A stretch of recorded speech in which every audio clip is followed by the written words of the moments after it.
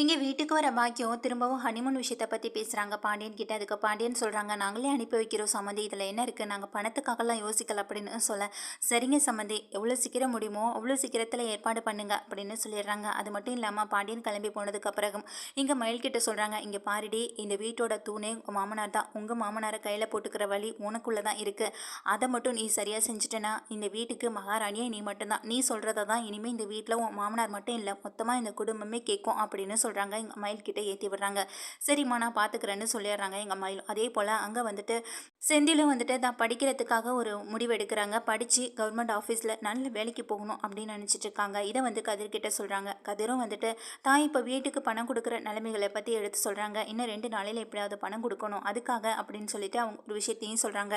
இதை கேட்ட செந்திலும் வந்துட்டு, ஏண்டா எதுக்குடா இவ்வளோ கஷ்டப்படுறேன்னு சொல்ல, பணம் கொடுக்குறேன்னு சொல்லியாச்சு, அதுக்காக கஷ்டப்பட்டு தானே ஆகணும் அப்படின்னு சொல்றாங்க. சரிடா அப்படின்னு சொல்லிட்டு, நான் சொன்ன விஷயத்த நீ யார்கிட்டையும் சொல்லக்கூடாதுன்னு சொல்ல, அதே போல் கதரும் நான் சொன்ன விஷயத்தையும் நீ யார்கிட்டையும் சொல்லக்கூடாதுன்னு சொல்லி 2 பேருமே சத்தியமும் வாங்கிக்கிறாங்க.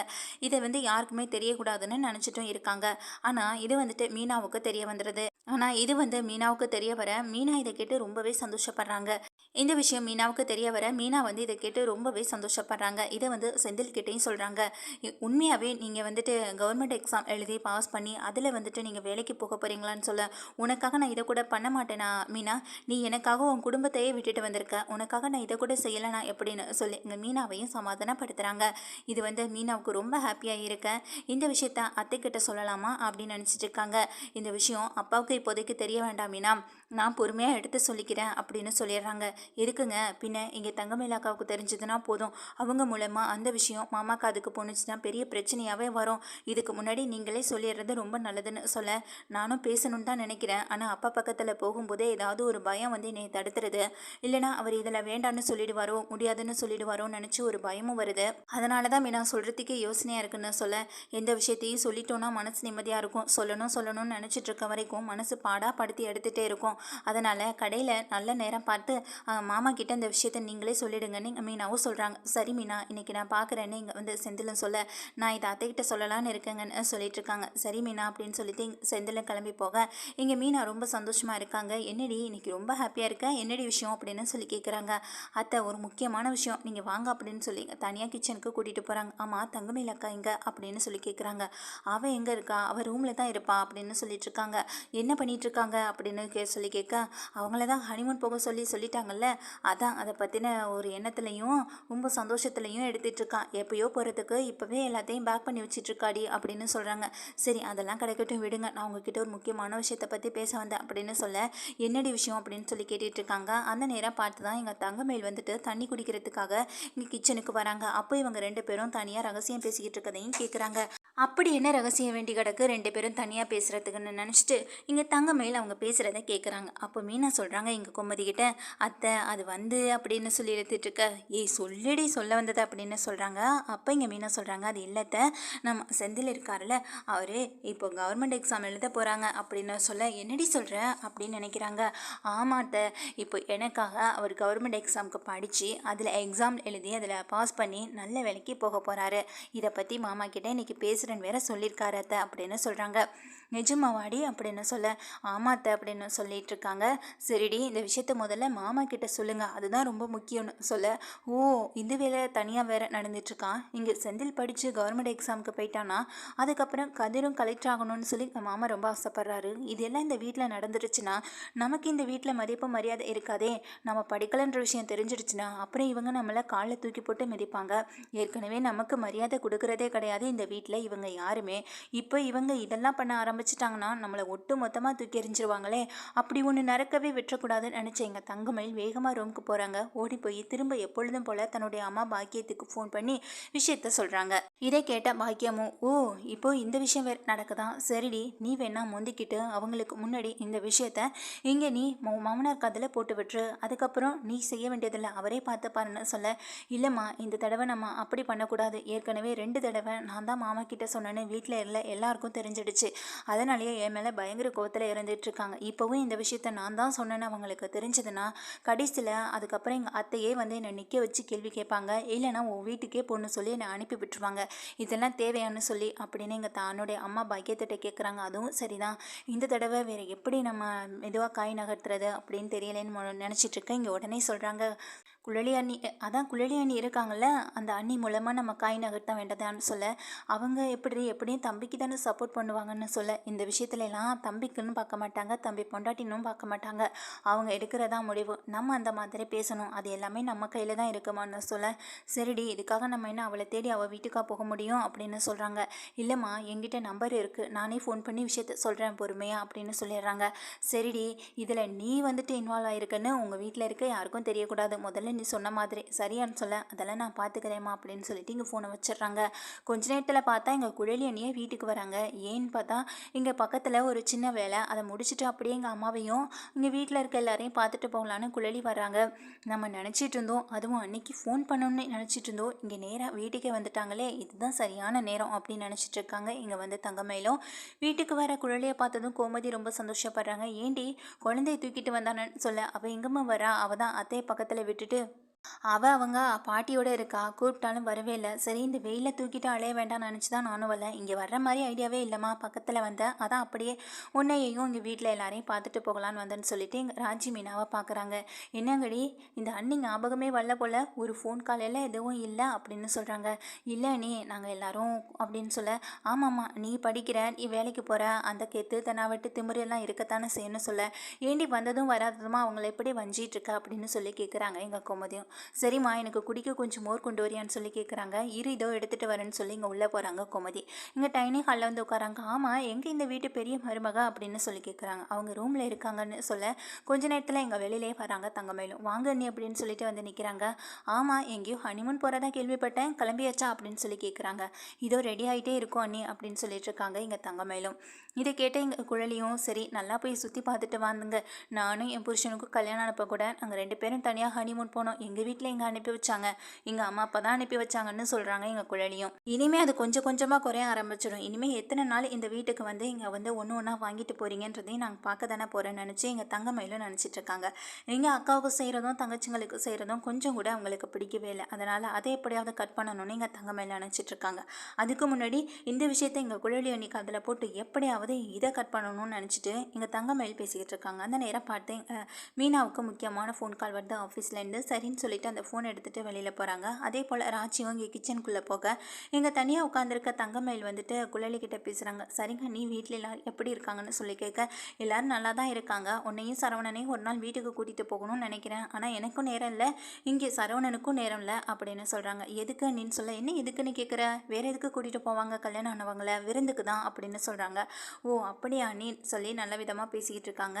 ஆமாம் உங்களுக்கு மட்டும் இல்லை, இங்கே மீனா ராஜி அப்படி யாருக்குமே நான் விருந்துன்னு சொல்லி யாரையுமே வீட்டுக்கு கூட்டிகிட்டு போகலை, அதனால் எல்லாரையும் ஒரே நாளில் கூட்டிகிட்டு போகலான்னு இருக்கேன்னு சொல்ல, எனக்கும் அவருக்கும் கூட அதிகம் வேலை இல்லை, நாங்கள் கூட வந்துடுவோம், அதே போல் ராஜி கதிர் லீவ் போட்டுட்டு கூட வந்துடுவாங்க காலேஜுக்கு, ஆனால் இங்கே செந்தில் தான் இப்போ புதுசாக படிக்க ஆரம்பிச்சிருக்காரே அப்படின்னு சொல்கிறாங்க. என்னது படிக்கிறானா, அவன் கடையில வேலை பார்த்துட்டு இருக்கான் அப்படின்னு சொல்ல, இதை கேட்ட இங்கே குழலி வந்துட்டு ஐயோ தெரியாமல் சொல்லிட்டேன் மன்னிச்சிருங்க, அவர் படிக்கிறாரா இல்லையான்றதெல்லாம் எனக்கு சரியாக தெரியலை, ஆனால் அவர் ஏதேதோ புக்ஸ் எல்லாம் வாங்கிட்டு வந்தார் அதனால தான் சொல்ல, அப்படியா என்னவா இருக்கும் அப்படின்னு சொல்லி யோசிக்கிறாங்க. அப்போ இங்கே உடனே தங்கமேல் சொல்கிறாங்க, அண்ணி இந்த விஷயத்த நான் தான் உங்ககிட்ட சொன்னேன்னு சொல்ல வேண்டாம், அப்புறம் எல்லாரையும் என்னை இந்த வீட்டில் திட்டுவாங்கன்னு சொல்ல, முதல்ல என்ன விஷயம்னு சொல்லு அப்படின்னு சொல்லி கேட்குறாங்க. இல்லை இந்த வீட்டில் யாருக்குமே தெரியாமல் செந்திலும் மீனாவும் ஒரு விஷயம் பண்ணிகிட்டு இருக்காங்க அப்படின்னு சொல்ல, என்ன விஷயம்டி அப்படின்னு கேட்குறாங்க. அதான் செந்தில் தம்பி இருக்கார்ல, அவர் ஏதோ படிக்க போகிறாராம், படித்து பெரிய கவர்மெண்ட் ஆஃபீஸில் வேலைக்கும் போக போகிறாராம், அதுக்காக எங்கள் மீனாவும் உதவி பண்ணிகிட்டு இருக்காங்க, அதனால தான் புக்ஸ் எல்லாம் கூட வாங்கிட்டு வந்திருக்காங்க, ஆனால் இந்த விஷயத்தை இன்னமும் மாமா கிட்ட சொல்லலை அப்படின்னு சொல்லிட்டு இருக்காங்க. இதை கேட்ட இங்கே வந்துட்டு குழலியும் வந்துட்டு ஓ இந்த வீட்டில் இது வேற தெரியாமல் நடந்துட்டுருக்கான், அப்பாவுக்கு இதெல்லாம் பிடிக்காதே, தெரியாமல் செய்கிறதெல்லாம் அவருக்கு கொஞ்சம் கூட பிடிக்காது, எதையுமே சொல்லிட்டு செய்யணும்னு தான் நினைப்பாரு, செந்தில் அப்படிப்பட்டவன் கிடையாதுன்னு சொல்ல, ஒருவேளை மீனால சொல்ல வேண்டாம்னு சொல்லியிருப்பாங்களோ அப்படின்னு சொல்கிறேன்னு நினச்சிட்டு ஒருவேளை மீனால எதுவும் சொல்ல வேண்டாம்னு சொல்லியிருப்பாங்க அண்ணின்னு எங்கே வந்து தங்க மெயில் போட்டு கொடுக்குறாங்க. இருக்கலாம், அவளும் அப்படிப்பட்ட ஆளு தானே. அவங்க குடும்பமே கவர்மெண்ட் ஆஃபீஸில் வேலை பார்க்குறவங்க. அதனால் புருஷனையும் அந்த வேலையில் அமர்த்தணும்னு நினச்சிருப்பான். அதுக்காக தான் இப்படிப்பட்ட வேலையை பார்ப்பா. இருக்கட்டும் இருக்கட்டும், நான் பார்த்துக்கிறேன் அப்படின்னு சொல்கிறாங்க. அண்ணி, நான் தான் இந்த விஷயத்த சொன்னேன்னு சொல்லிடாதீங்க. அப்புறம் இந்த வீட்டில் இருக்க எல்லாரும் என்கிட்ட கோவப்படுவாங்கன்னு சொல்ல, நான் தான் பார்த்துக்கிறேன்னு சொல்லிட்டல, பின்ன எதுக்கு நீ கவலைப்படுற அப்படின்னு நினச்சிட்டு வந்து குழலையும் கேட்குறாங்க. சரி அண்ணின்னு சொல்லிட்டு அமைதியாக இருக்க. வந்த வேலை முடிஞ்சிச்சு. எப்படியோ இவங்க கேட்டாங்கன்னா அது மூலம் ஒரு பிரச்சனை வந்ததுன்னா அதுவே நமக்கு சந்தோஷம்தான் அப்படின்னு நினச்சிட்டு இருக்காங்க. இங்கே வந்து செந்திலை படுக்க விடாமல் தடுக்கிறதுக்கு இதுதான் சரியான வாய்ப்புன்னு நினச்சிட்டு வந்த விஷயத்த போட்டு கொடுத்துட்டு இவங்க பாட்டுக்கு உள்ளே போக இங்கே குழலி யோசிக்கிறாங்க. அதுக்குள்ளே கிச்சன்லேருந்து வெளியில் வர இங்கே வந்து கோமதியும் ராஜியும் என்ன என்ன தனியாக உட்காந்துருக்க, மீனா எங்கே, தங்கமேல எங்க அப்படின்னு சொல்லி கேட்குறாங்க. மீனாவுக்கு ஒரு ஃபோன் வந்துருச்சுன்னு போயிருக்காங்க. இப்போது தங்கமேலு உள்ளே போயிட்டா அப்படின்னு சொல்கிறாங்க. சரிடி, இதை கூடி சாப்பிட்டுட்டு கிளம்பலாம் அப்படின்னு சொல்லிட்டு ஜூஸை கொடுக்குறாங்க. ஜூஸை குடிச்சிட்டு உட்காந்துருக்காங்க. சரி நான் கிளம்புறேம்மான்னு சொல்ல, அதான் சாப்பாடு ரெடி ஆகிட்டு இருக்கல, சாப்பிட்டுட்டு போகலாம், சமையல் முடிய போகுது, இன்னும் கொஞ்ச நேரத்தில் முடிஞ்சிடும் அப்படின்னு சொல்ல, அப்பாவும் இப்போ சாப்பிட வந்துடுவாருன்னு சொல்லிட்டு இருக்காங்க. சரி சரி, அப்பா தானே வரட்டும், அப்பா கிட்ட பேசிட்டு தான் போகணும் அப்படின்னு சொல்லிட்டு இங்கே வெயிட் பண்ணிட்டு இருக்காங்க. என்னடி எதுவும் முக்கியமான விஷயமா? நான் வந்ததுமே கேட்டேன், அப்போ எதுவும் இல்லைன்னு சொன்னேன், இப்போ அப்பா கிட்ட பேசிட்டு போகணும்னு சொல்கிறேன், என்ன விஷயம்டி அப்படின்னு கேட்குறாங்க இங்கே கோமதி. நான் அப்பா கிட்டே அதை பற்றி பேசிக்கிறேன், நீ எதுவும் சொல்ல வேணாம் அப்படின்னு சொல்லிட்டு இங்கே தன்னுடைய அப்பா வந்த கையோடு சாப்பிட உட்காடுறாங்க. நீயும் உட்காருப்பா குழலின்னு சொல்ல, இல்லைப்பா நீங்கள் முதல்ல சாப்பிடுங்கன்னு சொல்லிட்டு இங்கே பாதி சாப்பாடு சாப்பிட்ட பிறகு இங்கே குழலி ஆரம்பிக்கிறாங்க. ஒரு முக்கியமான விஷயம் உங்களுக்கு தெரியுமா தெரியாதான்னு கூட எனக்கு தெரியல அப்படின்னு சொல்லிட்டு ஆரம்பிக்கிறாங்க. என்ன விஷயத்த பேசுகிறதுக்காக காத்துட்டு இருக்காங்க அண்ணி அப்படின்னு தெரியாமல் இங்கே வந்து மீனாவும் வெயிட் பண்ணிட்டு இருக்காங்க. அப்போ இங்கே குழலி சொல்கிறாங்க, ஏதோ செந்தில் கவர்மெண்ட் வேலைக்கு போகணும்னு எக்ஸாம்க்கெல்லாம் படிக்கிறாம்ல, உங்களுக்கு தெரியுமாதா தெரியாதாப்பா அப்படின்னு கேட்க, என்ன சொல்கிற, காலையிலேருந்து அவன் கடையில் தானே இருந்துகிட்டு இருக்கான், இதில் அவன் எங்கே எக்ஸாமுக்கு படிக்கிறான் அப்படின்னு சொல்லி கேட்குறாங்க. அப்போ இங்கே பழனிவேலுக்கு அந்த விஷயம் வந்துட்டு தெரிஞ்சிருக்கு. ஏன்னா இங்கே வந்துட்டு ஃபோன்லேயே எல்லாத்தையுமே வச்சுட்டு ஃபோன் மூலமாகவே இங்கே வந்து படிக்கவும் ஆரம்பிச்சிருக்காங்க செந்தில். ஏன்னா தனியாக புக் எடுத்து படித்தா தானே எங்கள் அப்பாவுக்கு தெரிய போகுது, இது மூலமாக படிப்போம், எக்ஸாம் அட்டன் பண்ண போகிற நேரத்துக்கு முன்னாடி அப்பா கிட்ட இதை பற்றி சொல்லுவோம், கண்டிப்பாக வேண்டான்னு சொல்ல மாட்டார் நினச்சி தான் இங்கே செந்தில் வந்து முதல்ல படிக்கவே ஆரம்பிச்சிருக்காங்க. இந்த விஷயம் இப்போ தான் தெரிஞ்சிருக்கு. என்ன சொல்கிற நீன்னு ரொம்ப அதிர்ச்சி ஆகுறாங்க. ஆமாப்பா, அவன் ஏதோ கவர்மெண்ட் வேலைக்கு போகணும்னு சொல்லிட்டு படிக்கிறானாம்ல அப்படின்னு சொல்லி கேட்குறாங்க. அப்படிலாம் ஒன்றும் இல்லை, உனக்கு யாரோ தப்பாக சொல்லியிருக்காங்கன்னு சொல்ல, இல்லைப்பா நான் கேள்விப்பட்டேன்னு சொல்ல, இதை கேட்ட மீனா, இந்த விஷயத்தை நீங்கள் எங்கே கேள்விப்பட்டீங்க அப்படின்னு சொல்லி கேட்குறாங்க. வேற எங்கே மீனா கேள்விப்படுவாங்க, வீட்டில் தான் அப்படின்னு சொல்கிறாங்க. வீட்லையா, எந்த வீட்டில் அப்படின்னு சொல்லி கேட்க, நான் எப்படியே கேள்விப்பட்டேன், அதெல்லாம் விடு, இப்போது செந்தில் படித்து என்ன பண்ண போகிறான், அவன் வீட்டில் இருந்தால் அப்பாவுக்கு உதவியாக இருந்துகிட்டு இருக்கட்டும், எதுக்கு தேவையில்லாமல் அவனும் இப்போ இந்த வேலையை விட்டுட்டு போயிட்டானா கடைசியில் அப்பா தானே இந்த கடையை வச்சு கஷ்டப்பட்டுட்டு இருக்கணும்னு சொல்கிறாங்க. அது மட்டும் இல்லாமல் கடையிலேயே இப்போ நல்லா எதிர்பார்க்குற மாதிரியான ஒரு லாபம் தானே வந்துட்டுருக்கு, இதே மீறி அவனுக்கு என்ன தனிப்பட்ட செலவு இருக்க போகுது, அவன் எதுக்கு தனியாக வேலை போகணும் அப்படின்னு சொல்லிட்டு பேசிகிட்டு இருக்காங்க. இதை கேட்டால் எங்கள் பாண்டியனும் அதிர்ந்து போய் அப்படியே உட்காந்துருக்க, முதல்ல செந்தில் வரக்கிட்டோம், அதுக்கப்புறம் அவங்ககிட்ட நான் இதை பற்றி பேசிக்கிறேன்னு சொல்கிறாங்க. அதுக்கு இடையில இங்கே செந்தில் கதிர்னு சொல்லிட்டு எல்லாருமே வீட்டுக்கு வராங்க. சரவணனும் வீட்டுக்கு வராங்க. அப்போது இங்கே செந்திலை பார்த்து நேராக கேள்வி கேட்குறாங்க பாண்டியனும். பாண்டியன் கேட்குற கேள்விக்கு பதில் இல்லாமல் செந்தில் நின்றுட்டுருக்க. அப்போ உடனே பாண்டியன் சொல்கிறாங்க, அப்போது இங்கே குழலி சொல்கிறதெல்லாம் உண்மை, நீ வந்து வேலைக்கு சேரணும், வேலைக்கு போய் எக்ஸாம் எழுதி பாஸ் பண்ணி போகணுன்றதுக்காக படிச்சுட்டு இருக்க, அது உண்மை தானடா அப்படின்னு சொல்லி கேட்குறாங்க. உடனே குழலி சொல்கிறாங்க, அவன் எப்படிப்பா சொல்லுவான், அவன் தான் அதெல்லாம் செஞ்சிட்ருக்கானே, அப்புறம் எப்படி அவன் உண்மை சொல்வான்னு நீங்கள் நினைக்கிறீங்கன்னு சொல்கிறாங்க. அப்பாடா, குழலி அணி பிரச்சனையை ஆரம்பிச்சிட்டாங்க, இந்த பிரச்சனை பெரிய அளவில் வெடிச்சு எப்படியாவது எங்கள் செந்தில் தம்பி வந்து படிக்காமல் ஆக்கிடணும், அது மட்டும்தான் நமக்கு வேணும் அப்படின்னு நினச்சி ரொம்ப சந்தோஷத்தில் எங்கள் தங்கமேல் சரவணன் பக்கத்துலேயே நிற்கிறாங்க. அடிக்கடி அவங்க சிரிக்கிறதும் அப்புறம் யாராவது பார்க்கும்போது முகத்தை ஒரு மாதிரி வச்சுக்கிறதும் இந்த மாதிரியான முகப்பாவனைகளை மட்டுமே தான் அவங்க வச்சுட்டும் இருக்காங்க. அந்த நேரம் பார்த்து எங்கள் குழலி சொல்கிறாங்க, அப்பா ஒரு முக்கியமான விஷயத்தை பற்றி தான் நான் பேசணும்னு வந்தேன், ஆனால் இப்போ இங்கே நடக்கிற விஷயங்களை பார்க்கும்போது இதை சொல்லாமல் போகிறதுக்கு எனக்கு மனசு தான் கஷ்டமாக இருக்குன்னு சொல்கிறாங்க. இதை கேட்ட செந்தில் அதிர்ந்து போய் உட்காந்துட்ருக்காங்க. அக்கா எடுக்கிற முடிவுக்கு அப்பா எப்போதுமே ஒத்து போவார், அப்படி இருக்கப்போ நம்ம படிக்க வேண்டாம், எக்ஸாம் எழுத வேண்டாம்னு அக்கா சொல்லிடுச்சுன்னா அப்புறம் அப்பா அதை நினச்சி கூட பார்க்க மாட்டாரேன்னு நினச்சிட்ருக்காங்க. அதுக்கு எதிர்மறையாக எங்கள் குழலி உடனே சொல்கிறாங்க, என்னதான் இருந்தாலும் செந்தில் என்னுடைய தம்பி, அவன் படிக்கணுன்ற நேரத்தில் அவனால் படிக்க முடியலை, இப்போ படித்து எக்ஸாம் எழுதணும்னு ஆசைப்பட்றான், இதில் எதுவும் தப்பு இல்லையப்பா, அவன் படிக்கட்டும், எக்ஸாம் எழுதட்டும், பாஸ் ஆகிற வரை எக்ஸாம் எழுதிட்டே இருக்கட்டும், அது அவனுடைய தனிப்பட்ட ஆசை, இந்த ஆசையை கெடுக்கணுன்ற உரிமை உங்களுக்கும் இல்லை நமக்கும் இல்லை. அப்படி இருக்கும் பொழுது அவன் படித்து வேலைக்கு போகிறதுனால இப்போ என்னப்பா ஆக போகுது, கடையில் வேலைக்கு செய்கிறதுக்கு ஆள் குறையுதுன்னா அதுக்கு வேலையாள் வச்சுக்கோங்க, இதனால பெரிய ஒரு கஷ்டமெல்லாம் ஒன்றும் இல்லைப்பா அப்படின்னு சொல்கிறாங்க எங்கள் குழலியும். குழலி டக்குன்னு இப்படி பேசுகிறத பார்த்த உடனேயே தங்கமயிலுக்கு அப்படியே வேர்த்து வியர்த்து போகுது. என்ன இவங்க இப்படியே பல்ட்டி அடிக்கிறாங்க அப்படின்னு நினச்சிட்டு இங்கே தங்கமயிலும் நின்றுட்டு இருக்காங்க. உடனே குழலி சொல்கிறாங்க, இந்த விஷயத்தை என்கிட்ட சொன்னதே தங்கமயில் தான். தங்கமயில் என்கிட்ட 10 தடவைக்கு மேலே சொல்லிட்டு நான் தான் சொன்னேன்னு சொல்லிடாதீங்க, நான் தான் சொன்னேன்னு சொல்லிடாதீங்கன்னு ஒரு 1000 தடவையாவது அந்த விஷயத்த சொல்லியிருக்கோம்.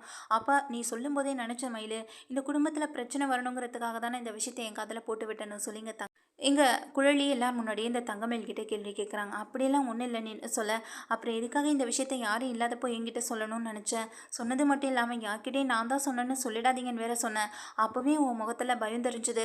அப்போது இந்த வீட்டில் நீ இந்த மாதிரி வேண்டாத வேலைகளை தான் பார்த்துக்கிட்டு இருக்க அப்படி தானேன்னு சொல்லி கேட்குறாங்க. இதை கேட்டால் பாண்டியன்லேருந்து கோமதிலேருந்து எல்லாரும் அதிர்ச்சியில் வரைஞ்சி போய் நிற்க உடனே இங்கே குழலி சொல்கிறாங்க, அது கிடைக்கட்டுப்பா, அந்த விஷயத்தை அப்புறம் பார்த்துக்கலாம். இங்கே வந்து நீங்கள் இதுக்கு என்ன முடிவு சொல்ல போகிறீங்க அப்படின்னு சொல்லி கேட்குறாங்க.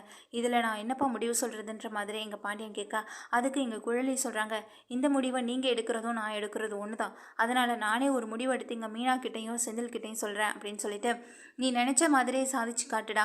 அது மட்டும் இல்லாமல் படிக்கணும்னு ஆசைப்பட்டேன். நீ படிக்கணும்னு ஆசைப்பட்ட நேரத்தில் எங்களால் படிக்க வைக்க முடியல. இப்போது எல்லாமே இருக்குது, கையில் பணம் இருக்குது, காசு இருக்குது, எல்லாம் இருக்குது.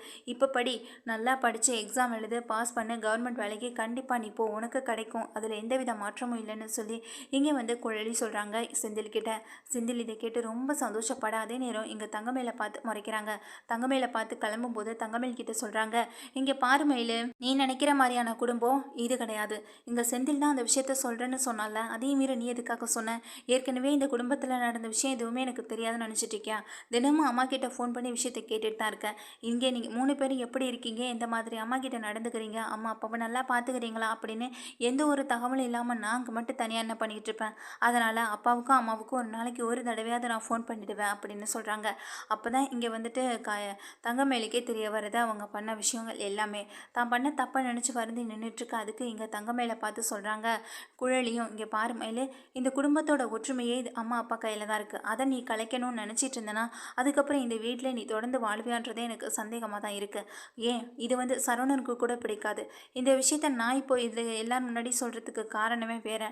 இனிமேலாவது புரிஞ்சு நடந்து பண்ணுற ஒரு விஷயத்துக்காக தான் சொல்கிறேன். உங்கள் அம்மா அப்பாவோட பேச்சை கேட்காம உனக்கு என்ன தோணுதோ அதை மட்டும் சரியாக செய். அப்போ தான் இந்த குடும்பமும் நல்லாயிருக்கும், இந்த குடும்பத்தில் இருக்க ஒவ்வொருத்தவங்களுடைய மனசும் சந்தோஷமாக இருக்கும் அப்படின்னு சொல்கிறாங்க. இதை கேட்ட இங்கே வந்துட்டு தங்கமயிலும் அதிர்ந்து போய் அதிர்ச்சிக்கு மேலே அதிர்ச்சியாக நின்றுட்டே இருக்காங்க. இப்படி வந்த வேகத்தில் இங்கே தங்கமயிலை பற்றியும் தன்னுடைய தம்பி செந்திலை பற்றியும் பேசிட்டு போகிற இங்கே குழலியை பார்த்து எல்லாரும் ரொம்ப அதிர்ச்சியானாலும் ஒரு பக்கம் ஆச்சரியத்தோட கண் கலங்கி பார்த்துட்டே இருக்காங்க. குழலிக்கிட்ட இப்படி ஒரு மாற்றத்தை நம்ம எதிர்பார்க்கல நினச்சி வருந்தி போய் நின்று பார்த்துட்டே இருக்காங்க. இங்கே கோமதியும் வந்த வேலை முடிஞ்சுது, இப்போ எனக்கு மனசுக்கு திருப்தியாக இருக்குது அப்படின்னு சொல்லிட்டு தன்னுடைய அம்மா கிட்டேயும் சொல்லிட்டு குழலியையும் பார்த்து எச்சரிச்சுட்டு, இதுக்கப்புறம் இந்த மாதிரியான வேலை மெதுவாக காய் நகர்த்தி அவங்கள அப்படியே ஓம் பண்ணி நீ படிய வைக்கணும்னு நினைக்கிற வேலை இதெல்லாம் இந்த வீட்டில் என்றைக்குமே நடக்காது. அடங்கி ஒடங்கி இந்த வீட்டுக்கு அம்மா அப்பாவுக்கு மருமகளாக இருக்கிறதுக்கு பாரு. அதே மீறி அவங்க மனசை கஷ்டப்படுத்துகிற மாதிரியும் இந்த குடும்பத்தில் இருக்கிறவங்க யாருக்காவது கஷ்டப்படுற மாதிரியான ஒரு சூழ்நிலையை உருவாக்கணும்னு நினச்சினா அதுக்கப்புறம் நீ இருக்க வேண்டிய இடம் எங்கேயா இருக்காது, உங்கள் அம்மா அப்பா வீடாக தான் இருக்குன்னு சொல்லி மிரட்டிட்டும் போகிறாங்க. அவங்க போனதுக்கு பிறகு, ஏன்பா மயில் உனக்கு இதுதான் வேலையான்னு சொல்லி பாண்டியனை பேசிட்டு போக உடனே கோமதி சொல்கிறாங்க, ஏற்கனவே 2-3 விஷயத்தில் நீ அவசரப்பட்டு பேசினதுனால இந்த குடும்பத்தில் எவ்வளோ பெரிய பிரச்சனை வந்தது. இப்போ கூட இந்த விஷயத்த எங்கள் மூலமாக தெரிஞ்சுக்கிட்டு இதை நீ நேரடியாக சொல்ல முடியாமல் எங்கள் குழலியை வச்சு காய் நகர்த்தணும்னு பார்த்தேன். ஆனால் கடைசியிலே குழலியே உனக்கு பெரிய ஆப்பா எடுத்து வச்சாலான்ற மாதிரி எங்கள் கோமதியும் திட்டிட்டு போகிறாங்க. கடைசியில் சரவணனுக்கும் என்ன பதில் சொல்கிறதுனே தெரியலை. இங்கே வந்து தங்கமயிலை பார்த்து, தங்கமயில் இப்படி பண்ணணும்னு கொஞ்சம் கூட நினைக்க பார்க்காத சரவணனுக்கு ரொம்ப அதிர்ச்சியாகவே இருக்குது. இந்த தங்கமயில் பண்ணுற ஒவ்வொரு விஷயமும் இப்படி எல்லாரும் முன்னாடி அசிங்கப்பட்டு நிற்கிறாங்க. தங்கம் தான் பார்த்த அவசரமான ஒரு விஷயத்தால் என்னோட தம்பி படிக்கிறதுல தான் எனக்கு ரொம்ப பெருமை. அவன் படித்து இனிமேல் வேலைக்கு போனால் அதை நினச்சி சந்தோஷப்படுறது என்னை தவிர இந்த உலகத்தில் வேறு யாருமே இருக்க முடியாது. அதுவும் மீனாவால் இப்படி ஒரு விஷயம் நடக்குதுன்றப்போ அது எனக்கு சந்தோஷமாக மட்டும்தான் இருக்குது. என்னால் அப்போ செய்ய முடியாத ஒரு விஷயத்த, என் அப்பாவால் கூட நடத்தி வைக்க முடியாத ஒரு விஷயத்த இப்போ மீனை கையில் எடுத்து அதை செய்ய போகிறான். அதனால் அதை நினச்சி நாங்கள் சந்தோஷப்படுவோமே தவிர அதுக்கு ஒரு நாளும் நாங்கள் எதிர்ப்பாக நிற்க கூட மாட்டோம். இப்போ கதிர் படிக்கிறான், அரசி படிச்சுட்டு இருக்கான். ஆனால் செந்தில் படிச்சுட்டு எதுவுமே பண்ண முடியாத ஒரு நிலைமையில் அப்பாவுக்கு துணையாக இருக்கணும்னு சொல்லி தான் அந்த கடைக்கு வந்தான். அதுவும் அப்பா கூட கம்பல் பண்ணி கூப்பிடவே இல்லை. இதெல்லாம் உனக்கு தெரியுமா தெரியாதான்றது கூட எனக்கு தெரியல. அப்படியே தெரிஞ்சிருந்தாலும் நீ இதை ஒரு பெரிய விஷயமா கூட எடுத்துக்க போகிறதில்ல. ஆனால் சரவணன் அப்படி இல்லை. எங்கள் கடைக்கு அப்பா கூப்பிட்டுமே அவன் கடைக்கு வர விருப்பம் இல்லைன்னு நேரடியாக அப்பா கிட்ட சொல்லிட்டு அவனுக்கு பிடிச்ச வேலையை பார்க்கறதுக்காக போனான்.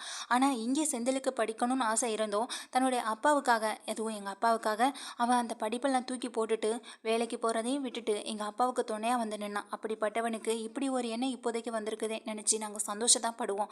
அதை நினச்சி நாங்கள் என்றைக்குமே வருத்தப்பட மாட்டோம். இதுக்கு என்னப்பா சொல்கிறீங்கன்னு சொல்லி நேரடியாக பாண்டியன்ட்டே கேட்குறாங்க எங்கள் குழலியும். குழலி சொல்கிறது தான் சரி, அவன் படிக்கிறத படிக்கட்டும். அவன் ஆசைப்பட்ட படித்த படிப்பை படித்து முடிச்சுட்டு அதுக்கு ஏற்றது போல் அவன் எக்ஸாம் எழுதி நல்லபடியான ஒரு வேலைக்கு நல்லா போகட்டும். அதை நினச்சி நான் சந்தோஷத்தான் படுவேனே தவிர அதுக்காக ஒரு நாள் வருத்தப்பட மாட்டேன் அப்படின்னு சொல்கிறாங்க. இது எங்கள் தங்கமேலுக்கு பேரடியாக இருக்குது. அதுவும் மட்டும் இல்லாமல் சரவணனும் சொல்கிறாங்க, நீ எதுக்கு இந்த மாதிரியான வேலை பார்த்துக்கிட்டு இருக்கன்னு எனக்கு தயவு செஞ்சு புரியவே மாட்டுது. முன்னாடி என்னடானா தெரியாமல் சொல்லிட்டேன்னு சொன்னேன், வாய் தவறி சொல்லிட்டேன்னு சொன்னேன். இப்போ கூட நீ வாய் தவறி சொன்ன மாதிரி எனக்கு தெரியல. அதை பார்க்கும்போது நீ வேணும்னு சொன்ன மாதிரியே தான் இருக்குது. எனக்கு உன் மேலே கொஞ்சம் கூட நம்பிக்கை இல்லை. நீ இப்படி ஒவ்வொரு விஷயங்கள் செய்யும் பொழுதும் உன் மேலே நம்பிக்கையை நான் இழந்துட்டே இருக்கேன். என் மேலே அன்பு இல்லையா அன்பு இல்லையா அன்பை நிரூபிக்கணும்னா என்னை ஹனிமூன் கூட்டிகிட்டு போங்கன்னு சொல்கிறல, அதே போல் தான் உன் மேலே நம்பிக்கை இல்லை. உன் மேலே நம்பிக்கை வரணும்னா இந்த வீட்டுக்கு ஒரு நல்ல மருமகளை நடந்துக்க பாரு. அதுக்கப்புறமா உன்னை நான் ஹனிமூன் கூட்டிகிட்டு போகிறேன். அது வரைக்கும் ஹனிமூன் வேண்டாம் ஒன்றும் வேண்டாம்னு சொல்லி சரவணன் பெரிய ஒரு இடியை தூக்கி தலையில் வச்சுட்டு போகிற மாதிரி வேகமாக சொல்லிட்டு போக இதை கேட்டேங்க தங்கமேலும் அதிர்ந்து போய் நின்றுட்டு இருக்காங்க.